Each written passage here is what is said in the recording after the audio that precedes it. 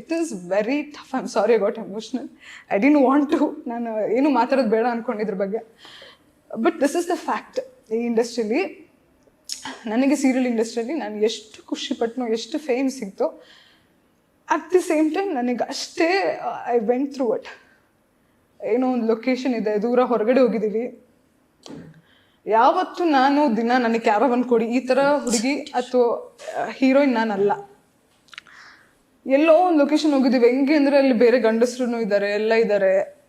First ಏನು ಗೊತ್ತಾ, ಒಂದು ಪ್ರೊಡಕ್ಷನ್ ಹಾಳಾಗೋದು ಮ್ಯಾನೇಜರಿಂದ.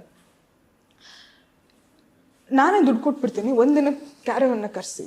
ನನಗೆ ಐ ಆಮ್ ವೆರಿ ಸೆನ್ಸಿಟಿವ್, ನನಗೆ ಯೂರಿನ್ ಇನ್ಫೆಕ್ಷನ್ ಈ ಥರ ಎಲ್ಲ I went through a lot. ಕರೆಸಿ ಅಂತೆಲ್ಲ ಅಷ್ಟೇ. ಅದು ಪ್ರೊಡ್ಯೂಸರಿಗೆ ಬೇರೆ ಥರ ಹೋಗಿ, ಅವ್ನ ಮ್ಯಾನೇಜರ್ ಹೇಳ್ತಾನೆ ಬೈಲಲ್ಲಿ ಹೋಗಿ, ನೀವೇನು ಅಂಥ ದೊಡ್ಡ ಒಂದಿನ ಬೈಲಲ್ಲಿ ಹೋದ್ರೆ ಆಗಲ್ವಾ? ಬೇಸಿಕ್ ಫೆಸಿಲಿಟೀಸ್ ಕೇಳ್ತೀವಿ, ಬೇಸಿಕ್ ಫೆಸಿಲಿಟೀಸ್ ಕೊಡಲ್ಲ.